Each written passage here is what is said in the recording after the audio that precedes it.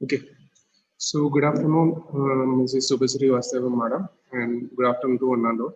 So the next topic is about, or next session that we are going to discuss is about Internet of Things for industrial application, which is going to take by Mrs. Subhasri Vastava, who is a innovation expert in the Cognizant Technology Solutions, Coimbatore. Okay. Then most importantly, she is the sibling of Mr. Sriram K. Vasdevan, who is took the previous topic. Okay, they are made an entry into the Limca Book of Records and the Guinness World Record in the year 2015 for the only sibling in the globe to have ordered 9 books together. Okay, then she was given a special award for her training ability in SSI technology in 2013 and was chosen as the idea champion of the account and was conferred for social innovation and was recognized as the best innovator during the Q4 2014 within the account for posting huge savings automations. Then received an award from the SVP of MetLife during the client visit for her delivery excellence and winning blogging contest that is held in CTS and was nominated for Titan of Titans award of which is given for the best all-rounder during CATP in CTS. Okay, and she has almost completed more than 21 books published or authored or co-authored more than 21 books. Okay, so the session is handed over to you, madam. Thank you, madam. Thank you, sir. Thanks for that introduction. Good afternoon to all of you. And after lunch, post lunch session, right? It's going to be a little bit difficult for us to manage, but somehow, if you are interactive, right, we can make it pretty useful. Okay, I'll share my screen again. Let me know if you are able to see. Sir, is my screen visible? Yes, sir. Yes, ma'am. All right. Okay, so in this afternoon, we are just going to see about applications of IoT in industrial perspective. Okay, I know you are all from mechanical background, and it will be very difficult if we go by the concepts of programming, implementation, everything based on programming or technical stuffs basically. So I'll just try to make it as generalized as possible so that you will be able to understand the concepts at least at a high level, because 1.5 hours is not enough for the depth of IoT. But still, I'll just try to make it as much as simple as possible. And you can ping me, or you can ask doubts, or you can stop me then and there if you have any doubts, or if you want to convey something, just raise your hand and let me know. All right. So in this session, we'll be concentrating about IIoT. Apart from that, we'll be discussing about the protocols that we normally use in any IoT application, whether it is normal IoT or industrial based IoT. So there are some protocols which are common to both of these stuffs. So I'll be taking you through all of them, the plus and minus of the protocols available and where to use what. I'll be taking you through all of these things. Okay. So at the end of this session, you should be knowing to differentiate what is an IoT, what is an IIoT, what is the difference between these two, and what are the protocols available in the market for implementing any IoT solution. All right. Okay, to start with, right, let's see the IoT history a little bit. Okay, I'm not taking too much time here.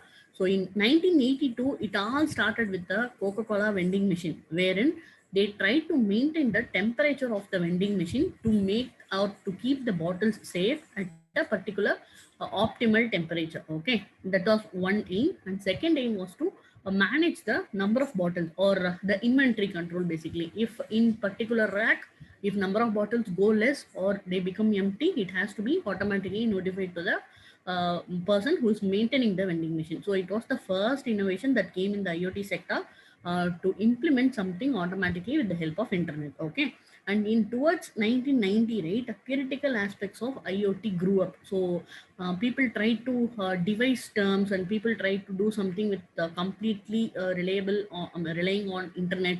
So with small devices and all theoretical aspects grew up around 1990s. Okay, and it was in 1999 this person named Kevin Ashton, right, he coined the term IoT. So he is the one who discovered this term, and because of his invention only, today we are all sitting together discussing about the same. So let's thank him for a moment, Kevin Ashton, who termed the coined the term IoT. Okay, and towards 2000s, right, 2K, so where microprocessors became cheaper and internet was available for the general public, and we were able to afford the storage capacity and memory power, everything, right?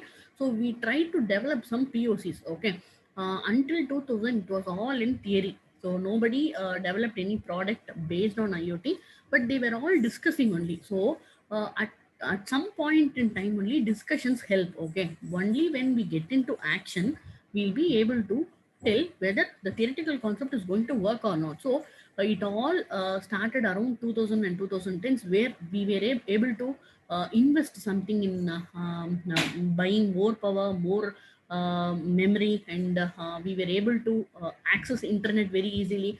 So that was when all these innovations started. Okay, so now almost everywhere we go, right, when we step out of our home itself, we are finding lots and lots of innovations based on internet. Okay, so it all started by 2000 and in this time period. All right, so let's thank the growth of microprocessor, without which nothing of this sort can be possible. Okay, so that was for your information. And what is IIoT basically? In last session and the previous session and all, in the introduction session, you would have come across IoT. What is Internet of Things? Okay. In this session, let us define IIoT. Okay. In an IoT session itself, you would have heard about sensors, instruments, and other devices which are working in a networked environment, or which are connected using a network. Okay, whether it is a wireless network or wired network or anything. So basically, any devices or instruments, if they are networked together in an industrial setting, we call it an IIoT. Okay, if you remove this term, right, industrial setting, then the rest of the things hold good for IoT. Okay, if you are interconnecting the devices, the machines, the systems using network, right, or internet, right, in an industry perspective, then we call it IIoT or IIoT. Okay, so in industry, what do we do basically is, it is allowing us to access the machines or access the devices remotely. Okay, we need not be going into the industry, and we need not be manually watching anything. Okay, you can sit in one remote place and you can make the system or technology work for you by doing data acquisition, data collection, and data analytics. Okay, so it's like you're implementing an automated solution which will be collecting the data from your machines and instruments, and it will be doing some processing, and it will be giving you some insights. Okay, by sitting at your home, you can monitor the devices, how they work in industry setting, and you can be alerted if something goes wrong. Okay, for example, if a machine is in working condition and suddenly it goes up, for a simple example would be this. Okay, in a printing press, right, which is a big printing press basically.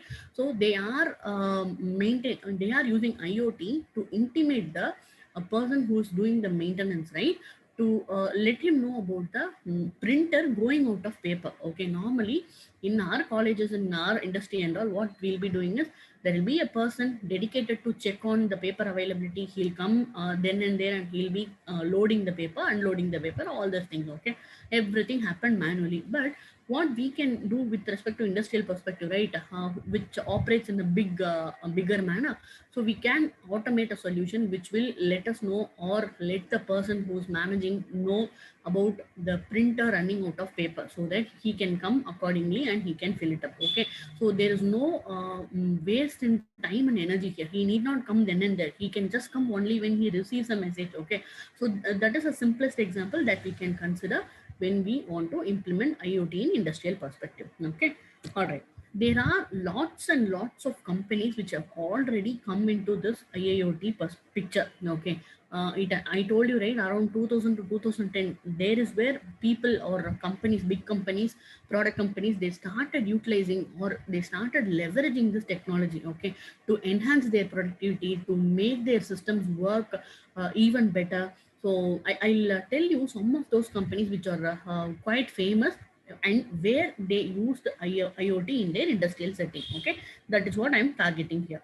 Okay, MAN is nothing but a truck-based company who's producing trucks and automobiles. Okay, it's a very famous company, and in that company, right, they provide its customers, whoever is buying their product or their trucks, right? They are providing their customers with a tracker which spots engine faults or other potential failures. Okay, so you need not know the in depth of managing a truck or maintaining a truck. If you get a man truck, you will be alerted automatically if there is some failure happening internally. Okay, by way of messages or by way of emails or whatever, by way of calls even. Okay, so they provided that facility to their customers so that it will be helpful for them while they are on roads, right? If something goes wrong, if something is failing, they'll be intimated, and with that message they'll be able to contact the support center. Okay, so hence it saves time and money for the customers, because they need not get confused what happened, why it is not working, why it is not running, why it is running slowly, or why it is consuming so much fuel.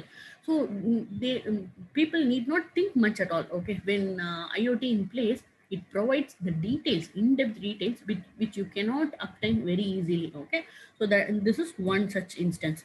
And Siemens, we all will be knowing about Siemens, right? So they have they have devised an operating system for themselves called MindSphere. Okay, it is a cloud-based IoT unit from Siemens. It is basically to aggregate the data.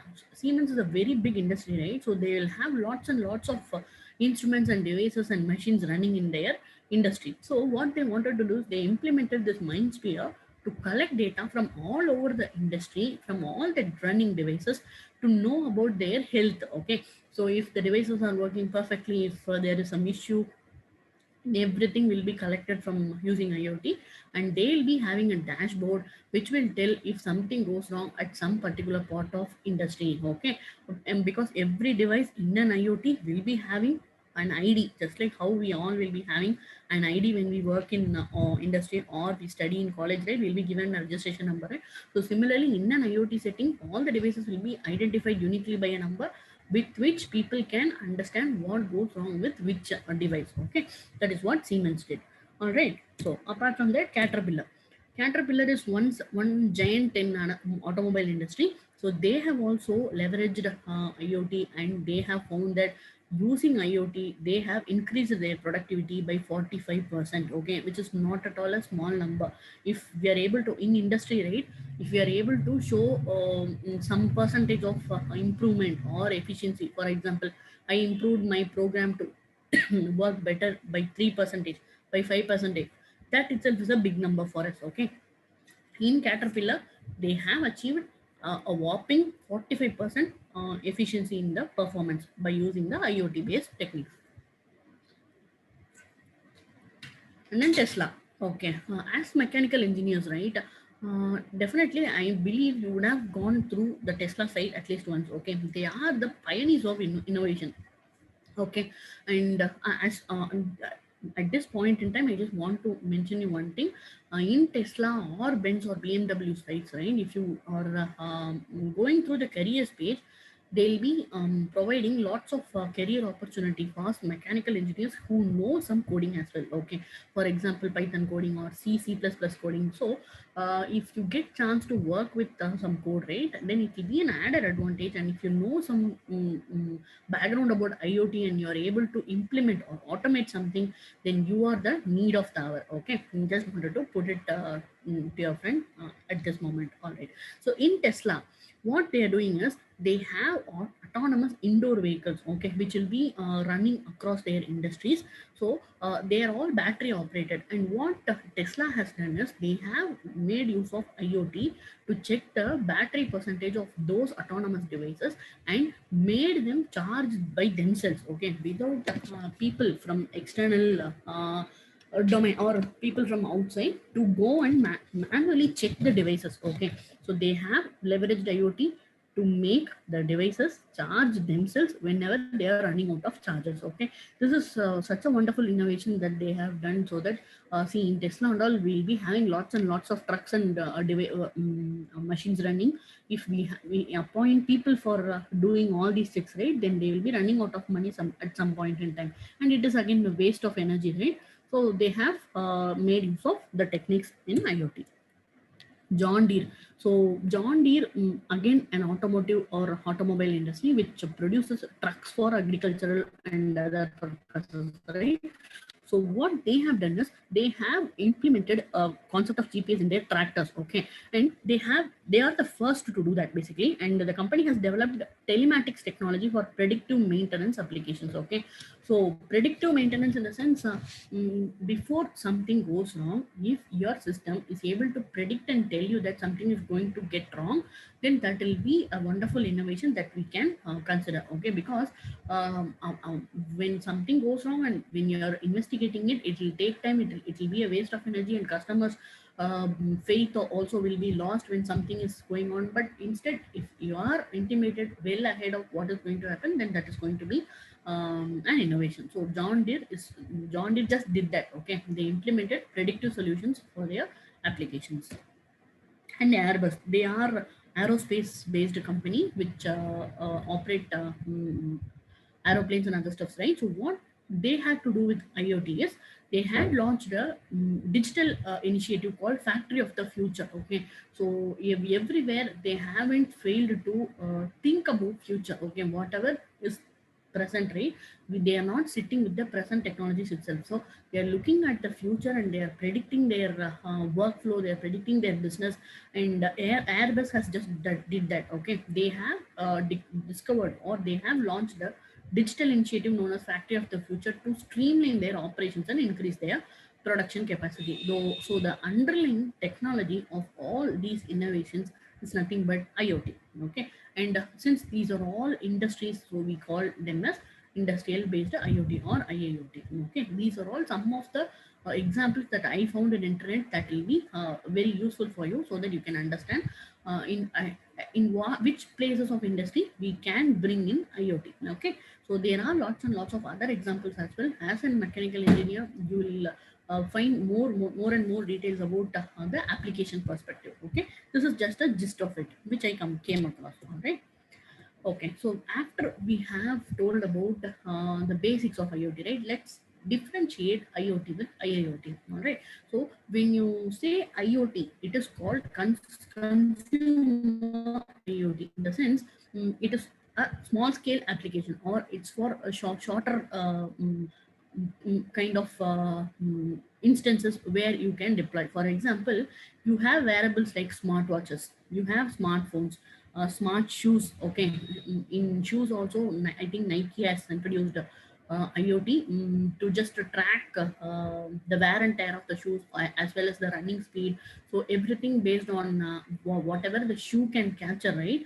So it will be capturing data from the moment you wear it, and you will be intimated about the usage of the shoes, or the number of kilometers you have run or walked to your mobile app, and you can get a good insight of what has happened after the shoe is worn. Okay, so these are all consumer products. For example, smartwatches, smart shoes, and smart TVs. Okay, today we are able to connect our TV to internet and watch YouTube by using a TV monitor itself. Okay, that is all a very good innovation that even common people are using. So these are all some home based products that we are using in day in and day out. Okay, apart from this, there are also lots of advertisements coming which will make our home itself an automated home or automated home. Okay, so you need not switch on the heater when you before you go to bath, or you need not switch on the oven or the toaster. Okay, before you come home, if your location is shared with the toaster,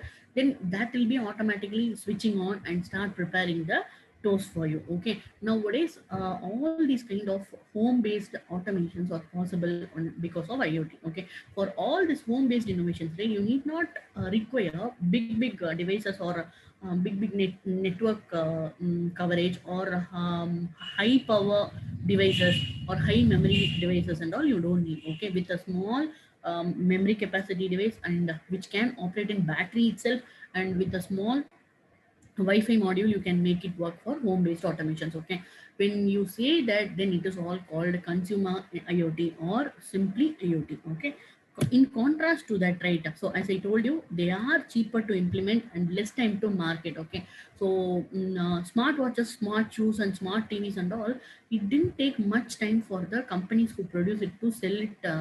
Um, uh, I mean, find time to market. Okay, they just produced it, they just sold it. So time to market will be very less because number of people who can afford to buy those devices will be more. So they have a big market and they had a very good reach as well. Okay, so less time to market is what I mean by that, and then less maintenance. So these are all small products and these will require less maintenance as well, and they consume less data as well. So because of that only we can operate with small memory and small and network connectivity and all. Okay, so this is with respect to consumer IoT. Compared to industrial IoT, right, they'll be having heavy machineries, they'll be applying the IoT for transportation, just like how I told you for Tesla or John Deere, who apply IoT for transportation related problems. Okay, and smart cities. So now, I think government of Tamil Nadu has now announced certain districts in Tamil Nadu as smart districts, wherein they are implementing or they are leveraging IoT wherever possible. Okay, so for example, making the bus stands and railway stations connected to internet so that people can get more information about what they are waiting for, when train will come or when bus will come. Everything will be connected basically. Okay, so for smart cities and all, you need everything in a bigger picture when compared to home automation. Like, so similarly for heavy machinery transportation and for factories and healthcare units, right, all these industries will require huge set of implementation or infrastructure basically for them to implement IoT in their workplace. Okay, so when you compare, right, they are comparatively costly because they are working in a huge sized sectors. Okay, compared to home sector, and they require more maintenance because most of the industries, they involve IoT for scanning something or monitoring some, for example, maybe a pipeline which is carrying fuel. Okay, if there is a leakage in that pipeline which carries fuel or oil, then it has to be monitored quickly and it has to be intimated as soon as possible to avoid any potential accident. Okay, so they also need more maintenance for the systems to work uninterruptedly. Okay, there shouldn't be any interruption while these machines work in the industrial setting. Okay, so they need more maintenance and big data. When you talk about a big industrial setting, right, number of devices which share data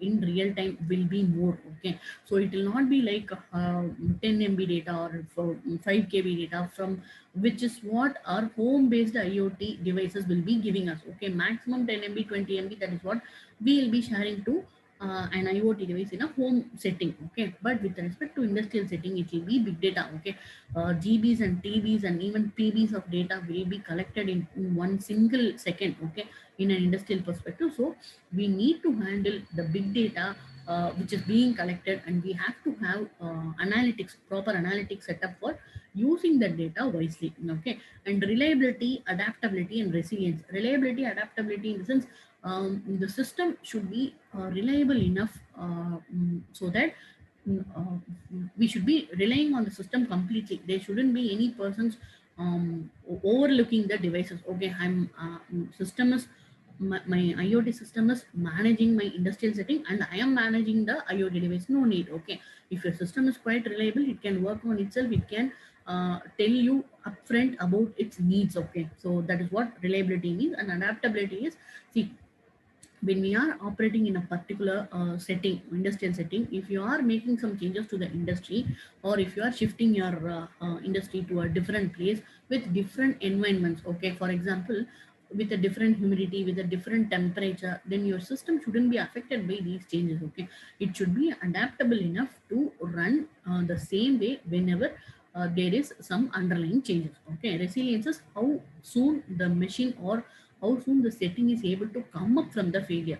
Failures are part of any product. Okay, we cannot say my IoT system is going to be 100% available all through the 365 days of year. I can't say that. There are possibilities for my system to fail, but how quickly it comes back from that failure, that is what we call by resilience. Okay, so this is what is making difference between an industrial setting and home based setting in IoT. Okay, so to put it short, right, based on these four parameters we can differentiate IoT with an IIoT. Okay, so utility is nothing but who uses IoT, or who uses consumer IoT, who uses industrial IoT. That is what we call utility.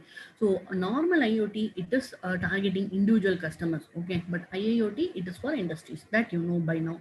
Security is not an important issue in home-based automation systems, because see, I told you, you are going to share your car location with the toaster, and toaster is going to start toasting automatically.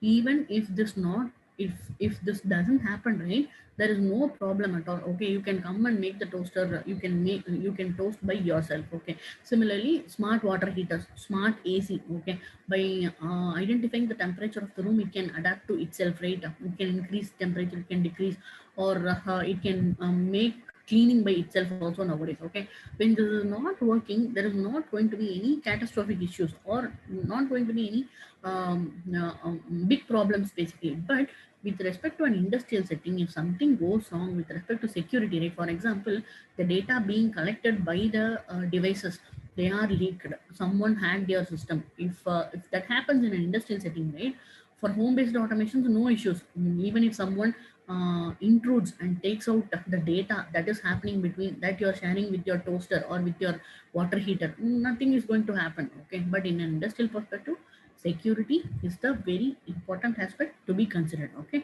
degree of application, low risk impact only, because everything is home based automation and nothing will be impacting at a higher range. Okay, but with respect to IIoT, it uses more sensitive and precise sensors, because they will be able to spend more in an industrial setting. They, for money is not a matter for industries. Okay, so they can buy highest sensors with highest precision and sensors with more sensitivity. Okay, when compared to an home based setting wherein we cannot afford to buy more. Okay, cost, as we all know, it is very less expensive compared to IoT, and it is more expensive as it has sensitive devices and industrial applications. So this is the overall comparison of normal IoT with an industrial IoT. So if someone asks you a difference, we can put it in these parameters so that it can make the explanation more vital. Okay, all right.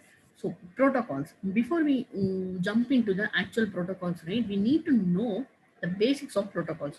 But I pass here for any of your doubts, or if I'm going faster, or I can continue the same pace. If any one of you can tell, that will be helpful for me. No problem, madam. You can continue. You are correct. Okay, On the sir. same correct phase. Okay, sir. Thank you, sir. So protocol is nothing but they are set of rules. Okay, so for example, to put it real time, right, we both are talking now, you from Vishwajyoti College and myself from Chennai. Okay, if we want to talk to each other, there should be a protocol called a program on IoT, or FDP, faculty development program, or whatever be it, right? If something like that put in place, that will enable us to talk to each other. Because of that FDP, people are asking industrial experts to talk to you. Otherwise, you will not get chance to talk to me. And there are certain protocols for me when I have to talk to you as well. Okay, I have to connect by 2:30 and I have to end it by 4 o'clock, and I have to share my real-time experiences, or there are some rules and regulations for us to talk even. Okay, so similarly, if some devices have to talk to each other, they have to follow certain protocol, how they connect, how they share data, how they should be enabling communication, and what sized data they have to be transmitting, and how they handle failures.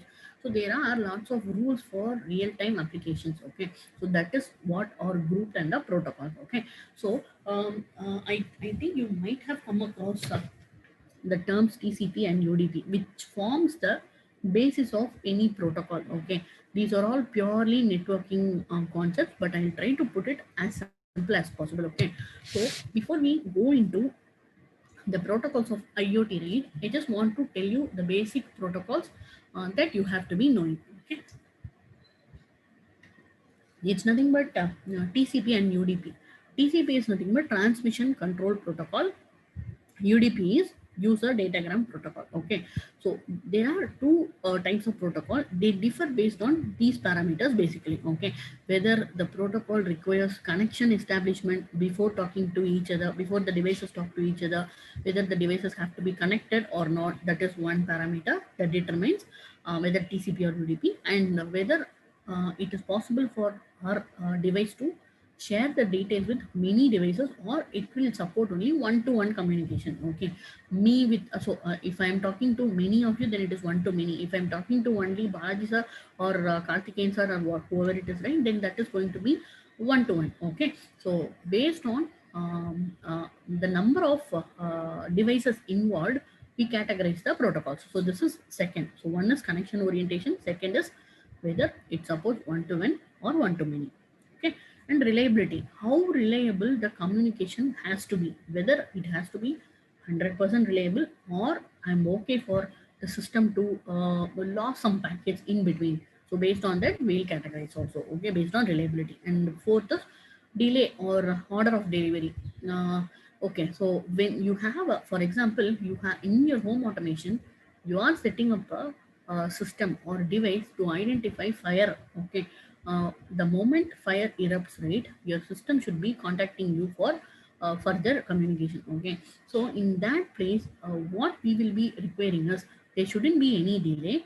Okay, so in that scenarios, right, we should be going for UDP, because TCP is connection oriented protocol. If I have to tell about TCP, right, it is connection oriented protocol and it supports one-to-one communication, and it is very much reliable, and the delay in the sense it is connection oriented. That's why there will be some delay in the communication. Okay, if there is no connection establishment before we talk, then there will be no delay. If there is connection establishment, there will be delay, right? So TCP is a connection oriented protocol. That's why there will be delay in communication, but it manages the order of delivery. If I'm sending you ABC, and it will be reaching you in the same order ABC. Okay, it will not come as BCA or CAB or CBA or basically changed order. Okay, with respect to UDP, right, it is connectionless. Okay, the difference between TCP and UDP, the main difference will be TCP is connection oriented, UDP is connectionless. So TCP is more reliable, UDP is less reliable. TCP is one-to-one and UDP is one-to-many. UDP supports one-to-many communication. In the other words, it supports multicasting. Okay, and order of delivery in UDP, we can't be expecting it to be in the same order. For example, if I say ABC, right, if you are using a UDP protocol, it will arrive in any order, BCA, BAC, or whatever be it. Okay, so this is a at a high level. Also, when you ask me in which places and all we'll be using these protocols, right, in real-time situation, mm, TCP will be for emails. Okay, emails in the sense we know whether our email is sent or not. If there is a bounce back rate, if it didn't reach the destination, it will be the SMTP server will be automatically letting us know, right, whether the mail has reached the recipient or if it has failed. If it is failed, why it is failed. Okay, it will also try to retransmit the mail which has failed for some point in for some point in time. Okay, it will start to try to retransmit as much as possible. If it is not able to retransmit at any point in time, right, then it will be sending us the bounce email or the error email basically. Okay, so there is where we make use of TCP, because we establish connection, we connect to internet, and we compose our message, and we will be sending over our mail using that connectivity, internet connectivity. Okay, so that is what we call TCP. UDP will be it will be like a chat. Okay, that we are doing in Skype or Link or Teams or maybe WhatsApp chat also. Okay, so in this scenario and also streaming, live streaming. So there is a live streaming going on in YouTube and you're listening to it, and intermittently there are some network issues. So some packets are dropped. When we say packets, it's nothing but some data which is being communicated over. They are lost. Okay, so in such scenarios, right, we will expect speed rather than reliability. Even if you lose one or two words in between, that's not going to cause any issue, right? So in such places, we can make use of UDP, where fast is or speed is required, when compared to reliability. So when you require a reliable system, reliable communication system, use TCP. When you require a faster communication system, use UDP. That is a high level difference between these two protocols.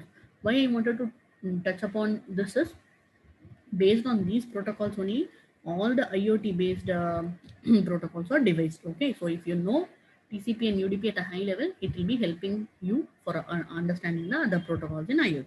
Okay.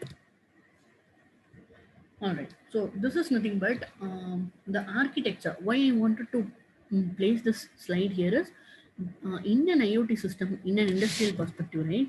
There are lots of devices available, and there are different types of communications will happen between devices, between persons. So there are between machines. So there are different types of communication that happen in an industrial IoT setting. Okay.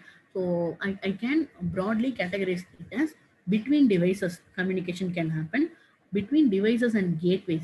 Gateways are nothing but they are the centralized or a coordinator kind of thing who will be receiving data from multiple devices and who will be responsible to share the collected data to the data center. Okay, so gateways are kind of middleware who sits in between the devices which collect the actual real-time data and the data centers which actually process the data. The gateways sit in between. Okay, so the communication can happen between devices or between devices and gateways to data center. Okay, mostly in IoT system that Sriram has taken in last session, right?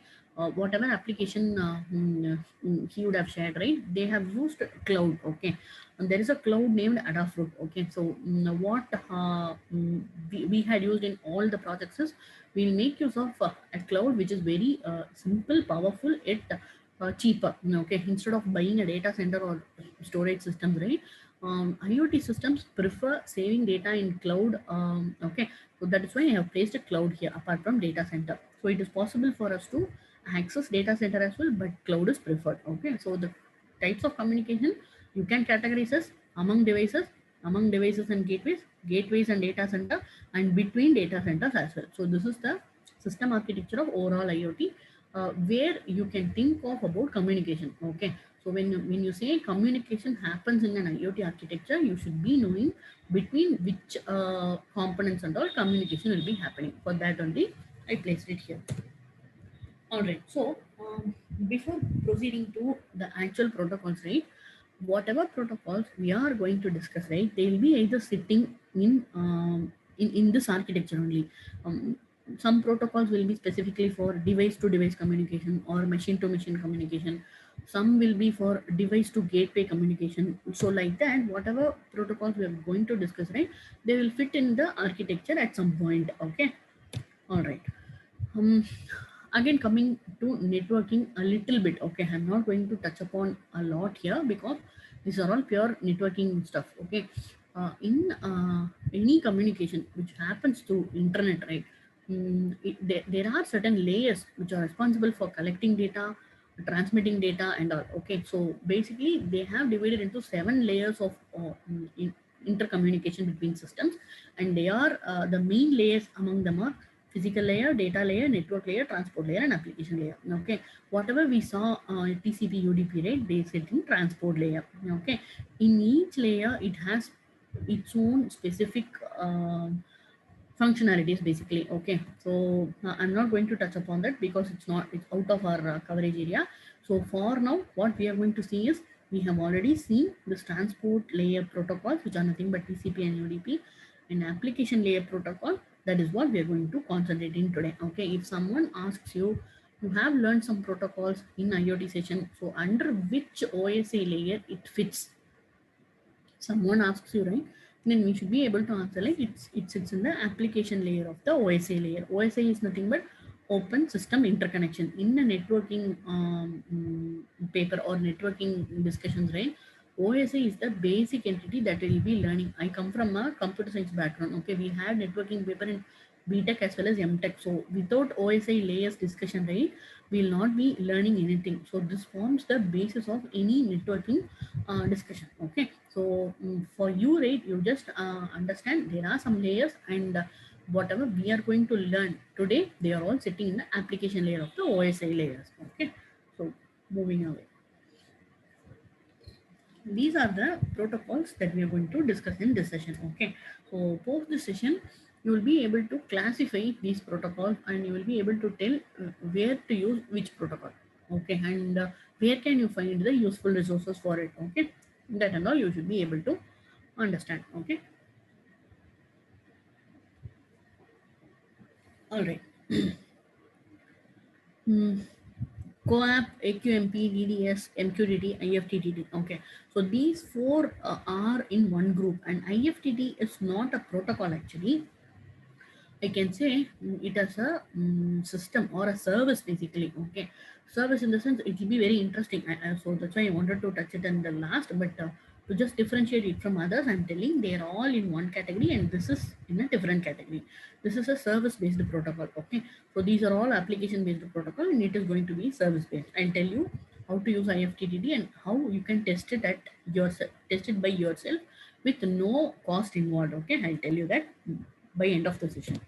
All right, CoAP, let's go one by one. So I'll be touching upon the theoretical aspects and wherever possible, implementation aspects as well, so that it's going to be useful for you. CoAP, CoAP is nothing but constrained application protocol.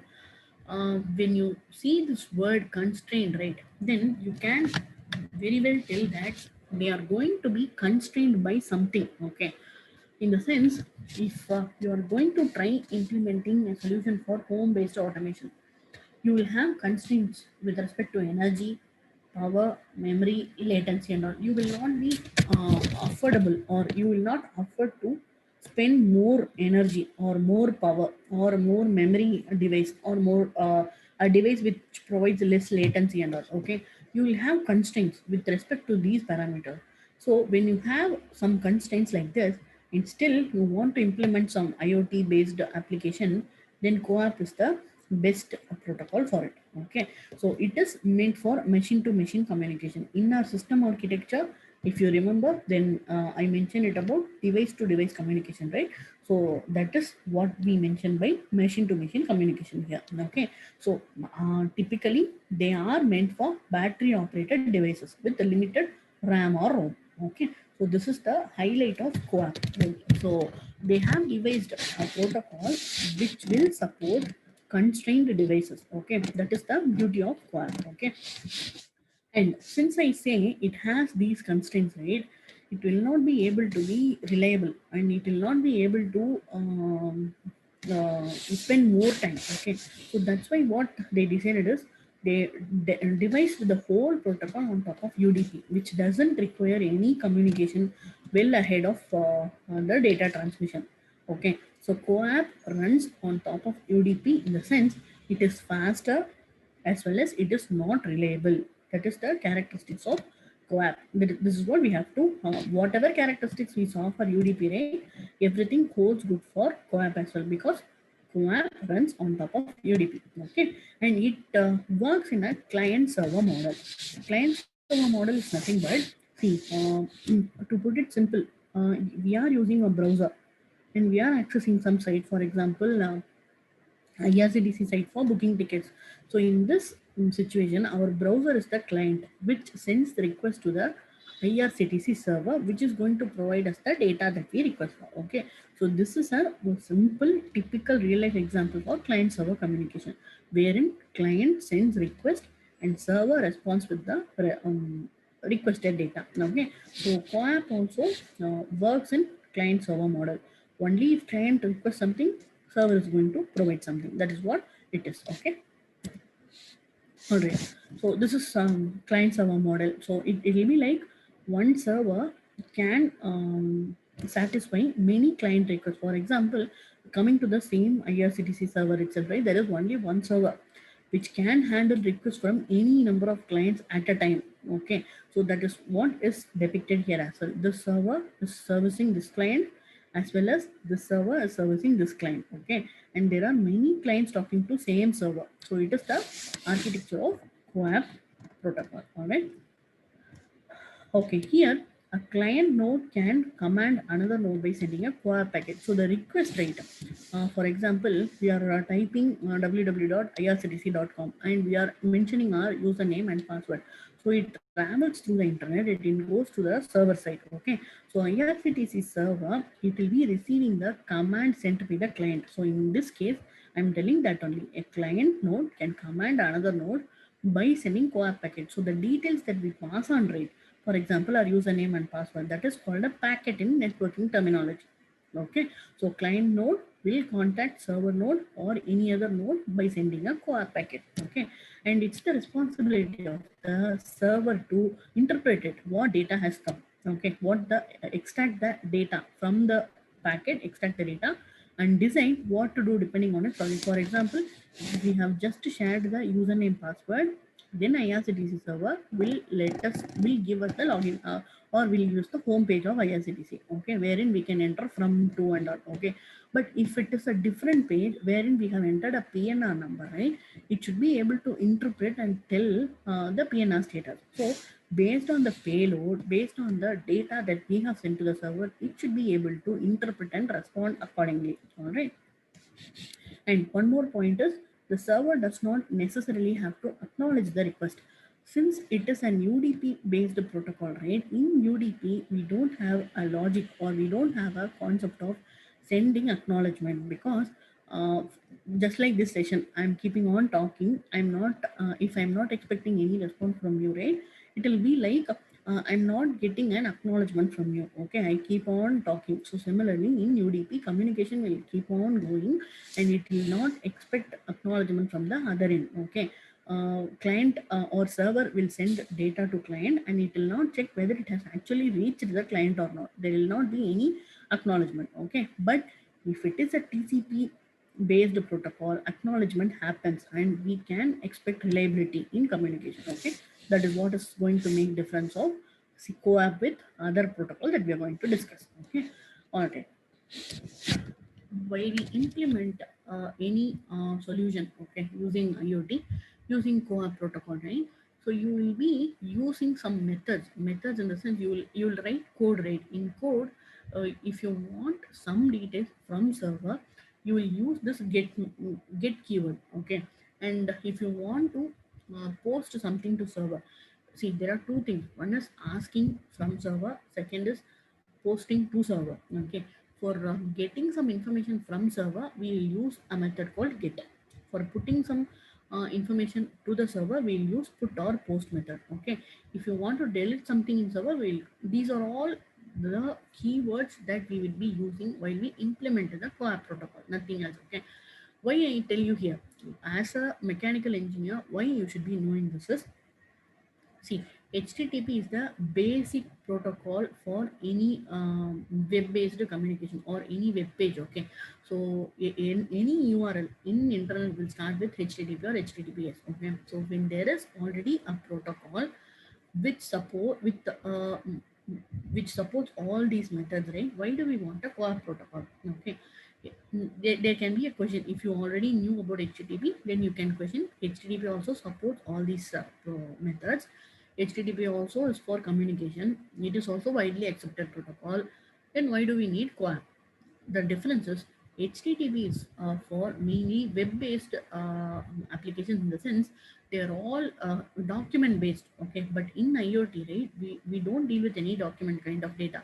It's all about pure bytes, pure data, no documents and all. Also, another major difference will be HTTP works on top of TCP, and CoAP works on top of UDP. Okay, so it's like HTTP, but the only difference is it doesn't require connection before communication. Okay, that's the difference. All right, so I answered this question now. Why not use the same HTTP? And one more point to be noted is it works with the devices in the same constraint network. It's not like I have my home automation setting and it should be communicating with the other home automation, which is 2 streets away from my home. It's not like that. It should be in the same network for the devices to work with the CoAP protocol. Okay. All right, application, as I have told you multiple times now, right? It is for building automations. Okay, smart water heaters, smart kettles, which can automatically heat the water for us, and smart refrigerators, which can let you know about the fridge running out of some eggs or some curd or whatever we save in fridge, right? It will be automatically notifying you in case you are running out of running out of stock in refrigerator. Okay, so similarly, any home-based automation which doesn't have much processing capability, much power capability, you can make use of this CoAP application, CoAP protocol. Okay, so this is number one. Second is MQTT. It is one of the famous protocols that most of us will be hearing about. Okay, so when I say famous, right? How can you tell famous is in all the projects that Srinam has already told, right? We have made use of this MQTT in some part of other. Okay, so it is a very lightweight protocol, very simple to implement, and it is a very reliable protocol. When I say reliable, then you will be comparing it with TCP, right? Yes, it runs on top of TCP, unlike UDP, unlike the CoAP, which runs on top of UDP. Okay. Also, it supports one-to-many communication. In the sense, just like how we talk, I'm talking to many of you. Similarly, if you're using CoAP, you're using MQTT, right?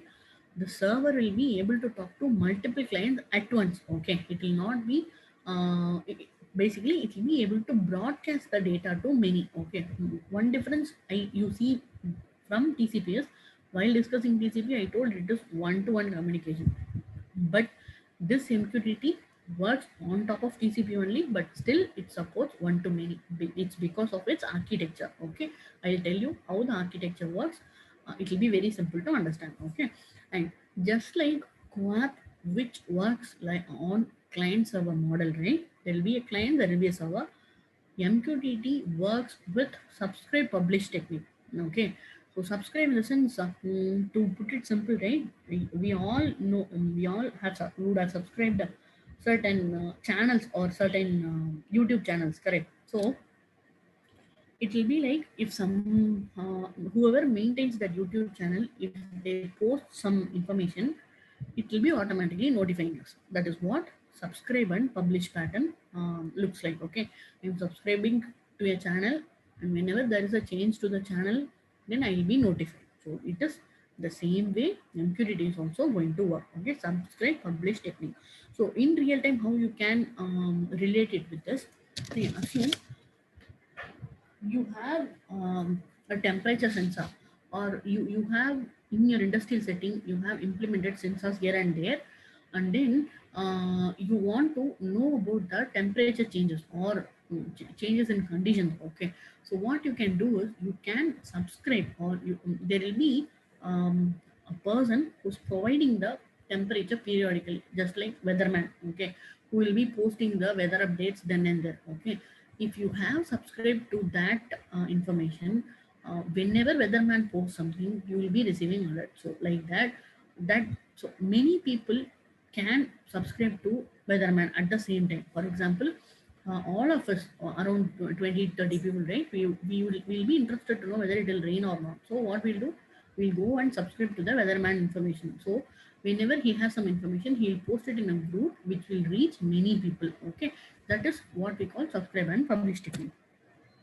This is the architecture basically. See, there will be two terminologies here. One is MQTT broker, another one is MQTT client. Okay, so when we why this client is in orange, why this client is in purple is, see, clients can either provide information or receive information. In other words, a clients can subscribe for data or publish data. Okay, so there are two types of clients basically. One who's the subscriber, one who's the provider or publisher. Okay, in this setup, right, what happens is there is an MQTT client, just like weatherman, who is the publisher for temperature sensor. Okay, so whenever there is a change to temperature happens, he will be publishing the temperature to a place called broker.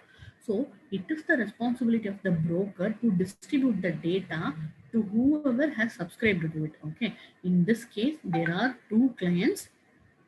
Okay, These two clients have subscribed for the temperature information, and the broker, whenever he has an update for the temperature, he'll be sending details to two clients. Okay, so that is why they are in different colors. These are subscribers for the information, and this is provider for the information. Okay, so in the beginning I told you it provides one-to-many communication. It is the broker which enables one-to-many communication here. Okay, so without broker, right, this client will not be able to talk to multiple clients. Okay, so it will again be constrained by TCP, because TCP only lets you talk one-to-one. Okay, it's because of the architecture, as I told you, it's because of the broker who is able to talk to multiple clients, right? We are able to share information with many people who have subscribed for it. Okay, this is the simple architecture diagram. And if you want to think in a place where you can fit this MQTT, right? This is again the toaster example I told you in theoretical way. Okay, so for what this system, this MQTT broker or MQTT application is going to do is, it will be communicating with three devices basically. One is toaster. It will be communicating with the toaster whenever the car is approaching home. Okay, car has GPS device attached to it. So whenever it is nearing home, it will be telling to MQTT broker that I am 5 miles from home. Okay, using GPS coordinates. Once it receives that information, right, it will tell, hey, the car is 5 miles away, so that the toaster will have to reply to it saying, I started toasting. So it receives some acknowledgement from the toaster. There is where this TCP comes into picture. Okay, so once it says I started toasting, right, it has to acknowledge the driver who's coming in this car, right? So it will send message to the device saying the toaster is currently toasting. Okay, so in this diagram we can see there is two of each, in the sense car will publish its location, which will be used by the toaster. Okay, the toaster would have subscribed for the car location, then only it will be intimated of the car location by the MQTT broker. So it's like this toaster has subscribed and this car is publishing. Okay, and this toaster can also be a publisher after it starts to toast. So that's why I have told you here. See here, car is the publisher here, toaster is the subscriber for car's location, and toaster is also the publisher of the toasting status, and the cell phone is the subscriber of the toaster status. So cell phone needs to know whether the toaster has started to run or not. So that's why it has published for the or subscribed for the toaster status. So this is a real world example where you can link MQTT with. Okay, so to implement this in a real time scenario, right, what and all do we need? Basically connecting to the broker, because broker is the one who's going to handle subscription and publications. Okay, so first we should be able to connect to the broker and publishing events to the application, subscribing commands from the application. So only 3 steps required. Have a broker, subscribe for something, publish something. Okay, so how to implement it? If you Google, if you're interested to implement any of these protocols, each protocol has its own website dedicatedly by the developers. Okay, whoever developed the protocols. Okay, so there are lots of guidelines available for implementation. I just wanted to tell it in a simple way so that you don't get carried away by the terminologies that we talk. Okay, so when you say we're going to implement MQTT broker, MQTT protocol, what and all we need? We need to, this is a simple C program. Okay, in C, right, we will be importing or we'll be including the libraries before we start doing something. For example, hash include stdio.h for standard input output operations for printf scanf. Okay, similarly, if you want to use MQTT related functionalities, you will be including Adafruit MQTT.h, which is a header file. H is nothing but a header file. Header file is nothing but a library. Okay, Adafruit MQTT client. Okay, these two are the libraries which are required for making use of the MQTT functionalities. Apart from that, this is a Wi-Fi module where we have to with which we are going to communicate. Okay, so basically we are including the libraries or modules which are required for the implementation. Apart from that, I'm just telling the server name, the port in which the server has to be connected, the username and the key in which I have to use for connecting to my Wi-Fi module. Okay, And once you include all these headers, right, then you will be able to connect to the MQTT server by just saying mqtt.connect, mqtt.disconnect. There will be some intermediate lines in between, but I just want to tell you how do we normally connect and disconnect. Okay, if you want to connect it to a broker, MQTT broker, right, just say connect. If you want to disconnect, say disconnect. Okay, these all will work only if we include all these headers. Okay, and then once we connect to the broker, it is all about publishing and subscribing, correct? So for that, right, there are two beautiful classes available. Classes in the sense it will have functionalities related to publishing. So similarly, subscribe, this is another class which will have the functionalities related to subscription. Okay, so we'll have to make use of the inbuilt classes like this by passing the MQTT. For example, we would have connected to MQTT broker in some case. So we'll have to tell the publisher the address of the MQTT broker basically. Okay, so publishing and subscription is quite easy once you use these classes, right? There is a function or method called publish and one more called subscribe. So to that we'll have to be sending and receiving data from. So this is a high level piece of code which you will be seeing if in internet if you're trying to implement something using MQTT. So it's all about including the headers, connecting to the broker, publishing to a particular service, and subscribing for a service, publishing to the subscribers. Okay, that is all is mentioned at a high level here. Okay, so why MQTT? Lightweight and efficient. Like co-op, right? It works with the small devices and all. It doesn't require too much power. It doesn't require too much energy and all. Okay, so it's a lightweight and efficient and bidirectional. Client can talk to server. Not client server. Publisher can talk to subscriber. Subscriber can talk to publisher as well. So by it lets the devices do bidirectional communication. Okay, scale to millions of things. It can, for example, one particular MQTT broker can be sending the messages to the millions of subscribers at a particular time. Okay, it is not a constraint for an MQTT broker to talk to multiple clients at the same time. All right, and then reliable message delivery. This is one of the important points that we have to keep in mind. To explain that, I just go to the architecture. So since it makes use of TCP, right? We tell when it uses TCP, then it's a reliable system, right? So how does it implement that basically? MQTT, this is the publisher, these are the subscribers. So publisher is sending some detail to broker and broker has to send some details to the clients. Okay, so if in case there is a communication failure in between broker and client, what will happen is data will be sitting in broker itself, and once the communication link comes up, it will be forwarding the data.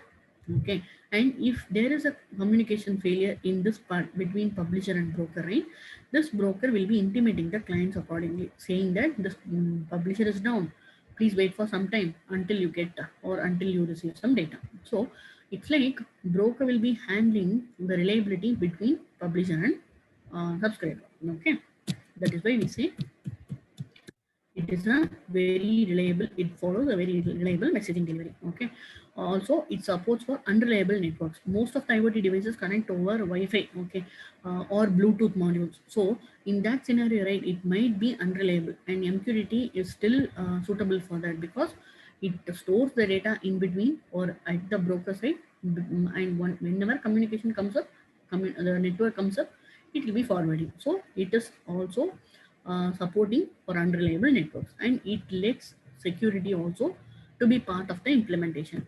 So to put it at a high level, right, MQTT is preferred over QoAP for mission critical communication. Okay, for example, if we want the message to be delivered to the subscriber for sure, maybe at this point in time or some 5 minutes later also, right, the message has to be communicated, means we will use MQTT protocol. Okay,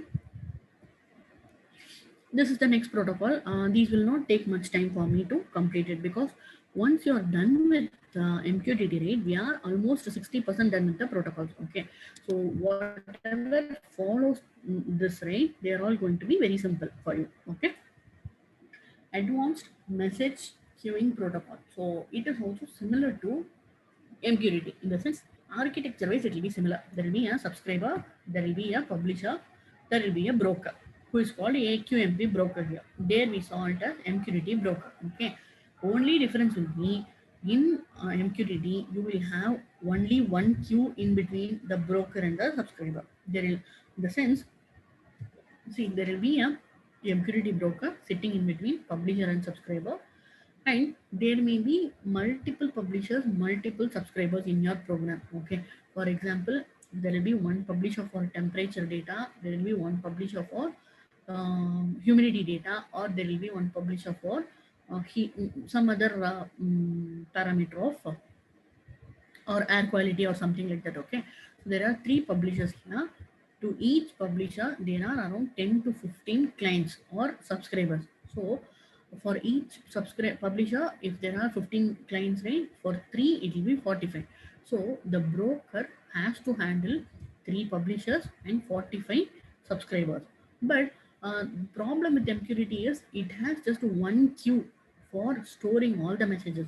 If all the publishers send data to the broker at the same time, right, it will be a little bit difficult for the MQTT broker to handle all the messages at once. Okay, so for that only they introduced this AQMP protocol, wherein we have the support of having multiple queues, so that the broker will be able to handle the messages very efficiently.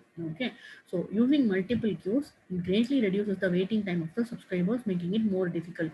So subscribers waiting time will be reduced to a greater extent because of the multiple availability of queues. Okay, also in nowhere it is different from MQTT, so that's why I have mentioned, like, it also implements the same techniques of data handling like MQTT, like how reliable MQTT was by handling the issues with respect to a communication failure or network failure, right? It also works the same way, but just that it has multiple queues. Okay, DDS. This is also a little bit different protocol only. Okay, we have some to start with, right? CoAP was a client server model. MQTT was a publish subscribe model, and here it's like data writer and data reader. Concept and all will be same. Okay, this reader will be subscribing to a particular topic, which is provided by a particular writer. So the only difference in data distribution services, we can have some filters. For example, this particular reader and this reader, they both are interested in topic D, which is provided by this writer. Okay, but this reader doesn't want all the data provided by this writer. It just wants some filtered data. For example, assume this topic D is nothing but corona updates. Okay, but this writer is going to provide corona updates for the entire world wherever corona is prevailing. So if we want to know the corona details of only of our area, for example, Chennai or Coimbatore, right? So we can apply a filter, okay, in between the DDS domain, what we call as DDS domain, which is responsible for relaying the messages. Okay, we can have some filters applied. Instead of reading all the data, we can get the data that we want actually. Okay, this is one difference when compared to the other protocols, right? So this is the last one that I wanted to discuss with you. It is a quite simple as well as interesting topic. Okay, so this is not a protocol, I'll say it is a service. Okay, for example, I'll tell you a real-time scenario where you can think of implementing this IFTTT. Okay, IFTTT is nothing but if this, then that. The acronym of this is IFTTT. Okay, assume you have Google Assistant in your mobile phone, right? You're talking to Google Assistant and to switch on your lights or switch on the fan. Okay, once you talk to Google Assistant, there should be a way for Google Assistant to talk to your switch or fan. Okay, to let it know that it has to be on. Okay, for example, I'm taking my mobile, I'm saying switch on the fan. Once I say that, this service or this protocol is going to make my fan on by passing on the command to the device or to the fan or light or whatever be it. Okay, this is possible by using IFTTT. Okay, you can connect your Google Assistant with the services, different kinds of services available in internet to make it work. Okay, so for example, I'll take you to the website itself so that you understand it clear. IFTTT. Go to Google and type IFTTT. It has supports for almost different kinds of applications basically. Okay. Mm, Once you go to home, right, you just click on create. So it will be letting you create some applications based on IFTTT. Okay. So I have already done 2 experiments with this. That's why it's saying you have created 2 of 3 applets. So since this is a free version, right, I cannot be creating more than 3 applications. So that's why it wants me to upgrade to professional version. All right. So there are 2 parts of it. If this, then that. In our case, if I say switch on the fan, then it should be switching on the fan. It's as simple as that. Okay. But how do we implement it? So I'm clicking on it. So here, if you, as you can see here, right, that's not a minimize it. Okay, these are all, as you see here, it's asked us to choose a service. There are lots of services available here. See here. Ma'am, Yes, are you sharing any other screen, madam? you are not able to see us, sir. Because we are seeing the create your own. That is a screen. One second. Let me try it. Is it Yeah. visible? Now it is okay. Choose a service. Yes, ma'am. All right, super, sir. Thank you for that information, sir. So I just said we have to go to ifttt.com/create. Okay. I just went to the home page and clicked on create button. So it brought me to this page wherein we are seeing lots of services basically. Okay. So one such service is Google Assistant. If I type Google Assistant, it will come like this. Okay. So like Google Assistant, you have Google Contacts, Google Docs, Google Drive, similarly Adafruit. So if I want to implement some IoT based application using Adafruit, right, I can make use of this service. Okay. So in our case, as I told you, we are going to drive, switch on light, switch off light using Google Assistant. I'm saying Google Assistant. So once I choose that, right, it will ask me to create a phrase, say a simple phrase in the sense, switch on light, switch on fan, like that. I have to say a simple phrase. I'm clicking on that. So it will say, what do you want to say? So here I have to mention the trigger actually. Trigger in the sense, when will this protocol get evoked or invoked? Okay, based on what words it should be switching on the light. That is what I have to tell here. So if I say my Google Assistant, switch on the light, it should be passing on the information to the light and make it switched on. Okay, or to the module that we have implemented, IoT module, right, with the microprocessor and other controls, it will be passing on this information to make the light switched on. On other words, see, we should be providing multiple ways in which we can tell the system to work. At one point in time, I can say switch on the light. In the other point in time, I can say please let the switches on. So like that, I can tell the same meaning in different ways. So I have to mention all the possible ways here, or put the light on, or make the light on.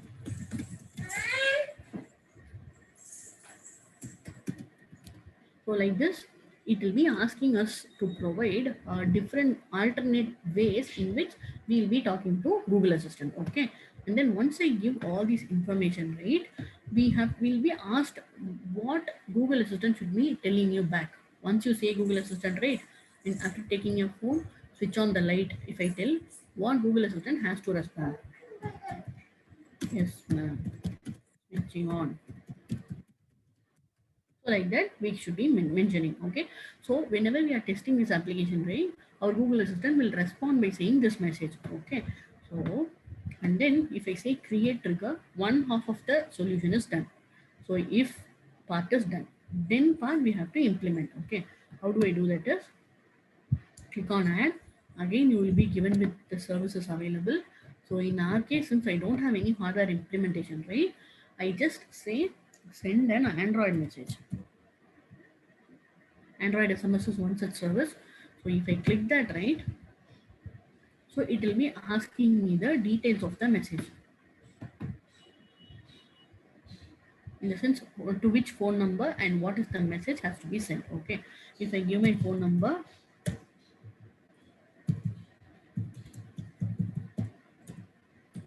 followed by the message that I want to convey, right? So after I do this and say create action, it will be ready. The system or the service is ready. If I say switch on the light, then it will be messaging me in my mobile saying, yes ma'am, switching on the light. Like that, it will be sending me response. Okay. So if it has to work, right, you have to continue and you have to make the trigger active. That is one thing.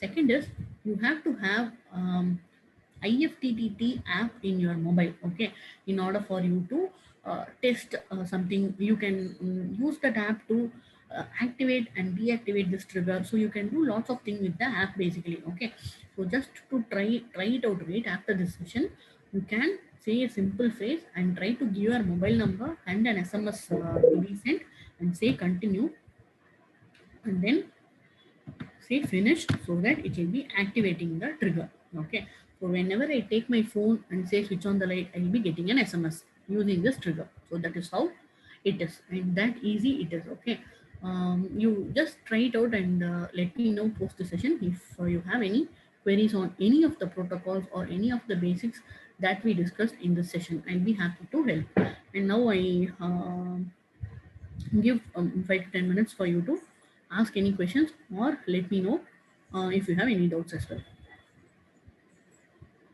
So that if we are done with that, then we can wind up the session. Thank you, ma'am. Thank you for the wonderful session. Now it is up to the participants. If you have any clarifications or doubts, you can please raise.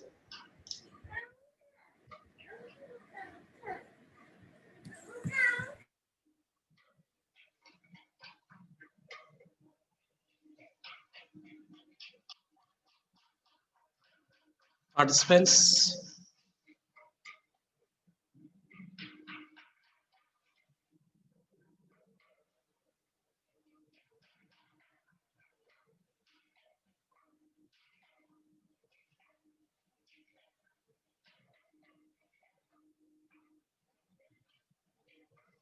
Any clarifications or doubts?